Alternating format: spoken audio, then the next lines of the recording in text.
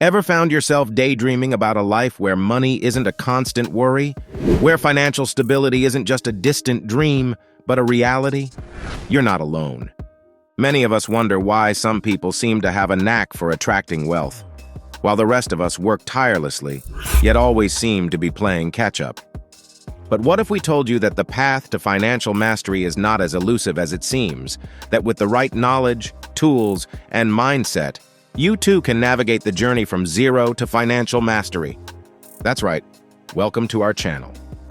Today we're going on a journey that will transform your relationship with money and set you on the path to long-term wealth. So if you're new here, make sure you subscribe and hit that bell icon so you don't miss out on our next videos.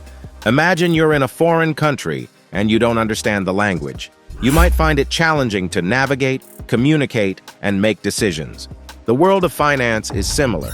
If you don't understand the language of money, it can be tough to navigate the financial world, make informed decisions, and ultimately build wealth. That's why understanding finance is so crucial. Finance, in its simplest terms, is the management of money. But it's much more than just dollars and cents. It's a system, a set of tools, and most importantly, it's a mindset. Did you know that the concept of a stock exchange isn't as modern as you might think? The Amsterdam Stock Exchange, now part of Euronext, was the first to list shares way back in 1602. The pioneer stock, the Dutch East India Company. There are a few concepts in understanding finance. First up, financial markets. These are the places where buyers and sellers come together to trade financial assets like stocks and bonds. Understanding how these markets work and how different factors can affect the value of your investments is a crucial part of building wealth. Second, economic indicators. These are a snapshot of the economy's health. They can include everything from employment data to interest rates to GDP. These indicators can affect everything from the overall economy to the financial markets to your personal finances. Lastly, financial institutions. These are the entities that facilitate our financial transactions. Banks, credit unions, insurance companies, brokerage firms, all of these are financial institutions that play a role in our financial lives. So now that we've got a grasp on the finance, you might be wondering, how do we put this knowledge into action? Enter financial planning. It's the map of your path to long-term wealth. The first step in financial planning is to define what you want to achieve. These goals could be short-term, like saving for a vacation, medium-term, like buying a house, or long-term, like planning for retirement. The key is to be specific, measurable, achievable, relevant, and time-bound, what we call SMART goals. Once you have your goals, you need to take a hard look at your current financial situation. This involves calculating your net worth, what you own minus what you owe, and analyzing your income and expenses. This will give you a clear picture of where you stand financially. Then create a budget, which will help you allocate your income towards your needs, wants, and savings or investment goals. Speaking of goals, did you know that Bill Gates had predicted his millionaire status while still at Harvard? He told his professors he'd be a millionaire by 30, but he went one better and became a billionaire at 31. Talk about setting goals and smashing them.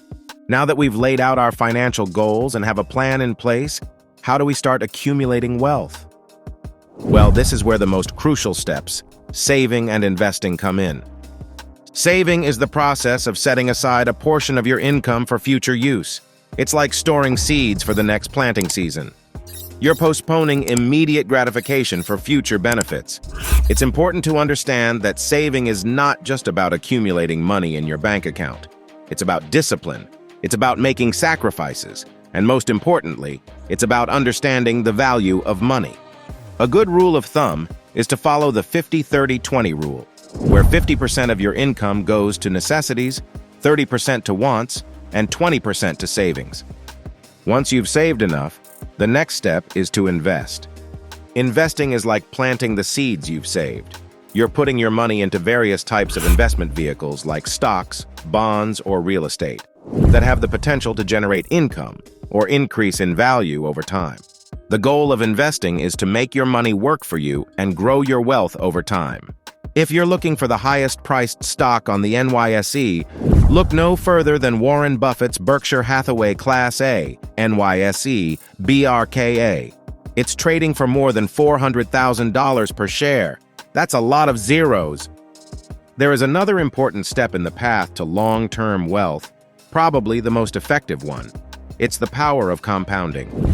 Albert Einstein once called compound interest the eighth wonder of the world. He said, "He who understands it, earns it. He who doesn't, pays it." When you invest, your money earns interest or dividends, and when you reinvest those earnings, they earn more interest. That's simple.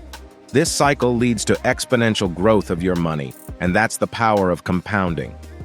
Now that we've started saving and have dipped our toes into investing, how do we navigate the risks that come with it?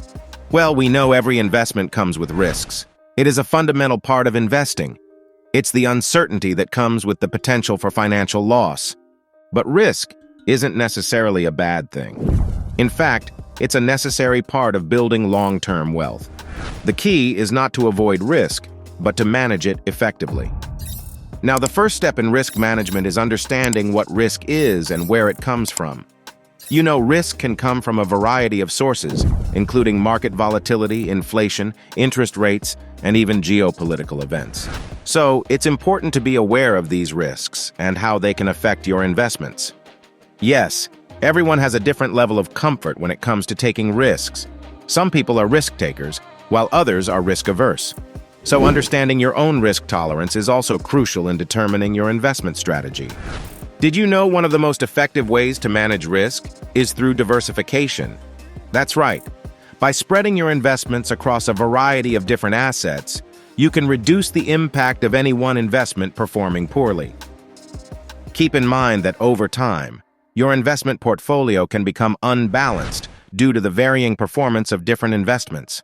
Regularly reviewing and rebalancing your portfolio can help maintain your desired level of risk and return. Moving on, there is a financial tool that can be used to manage risk, which is insurance. By paying a premium, you can transfer the risk of financial loss to an insurance company. Well, this can be particularly useful for managing risks that could have a significant impact on your financial situation, such as the risk of illness or property damage. Always create an emergency fund. You know, it's a stash of money set aside to cover the financial surprises life throws your way. These unexpected events can be stressful and costly, but having an emergency fund can alleviate some of this stress and ensure you're financially prepared. Well, it's recommended to have enough in your emergency fund to cover 3 to 6 months' worth of living expenses. Remember that with effective risk management, you can navigate the uncertainties of the financial world and stay on track toward your path to long-term wealth. Now that we've laid the groundwork, it's time to start building wealth. It's just like constructing a house. You need a solid foundation, the right tools, quality materials, and a well-thought-out plan. But more than anything, you need patience and persistence. Building wealth is not a get-rich-quick scheme. It's a journey that requires time, effort, and a lot of discipline. Let's break it down. Start early and save regularly. The earlier you start, the more time your money has to grow. Even small amounts can add up over time thanks to the power of compound interest, as we mentioned earlier. So, make saving a habit and aim to save a portion of your income regularly. Live below your means. This doesn't mean you have to live frugally. It simply means avoiding unnecessary expenses and prioritizing saving and investing. Remember, it's not about how much you earn. It's about how much you save and invest. Increase your income streams. Don't rely on a single source of income. Look for ways to earn extra money. This could be a side job, a part-time business, or income from investments. Here's a fun fact for you. Being wealthy doesn't necessarily mean having a high income.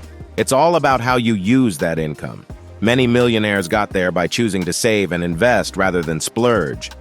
Remember, the financial world is constantly evolving. So, stay informed about the latest trends and opportunities in the financial markets. You know, the more you learn, the better decisions you can make. Always set your long-term financial goals and stick to them. Avoid get-rich-quick schemes and focus on steady, consistent growth. Once you've built your wealth, protect it. This could be through insurance, estate planning, or by setting up an emergency fund, just like we talked about in risk management. Well, that's it for today. That's your path from zero to financial mastery. It's not easy, but with understanding, planning, saving, investing, and risk management, it's definitely possible. If you enjoyed the info in this video, we'd love to hear from you. What's your biggest takeaway from this video? Do you have any personal tips or strategies for financial success that you'd like to share? Drop a comment below, and make sure you hit that subscribe button and press the bell icon. Thanks for watching.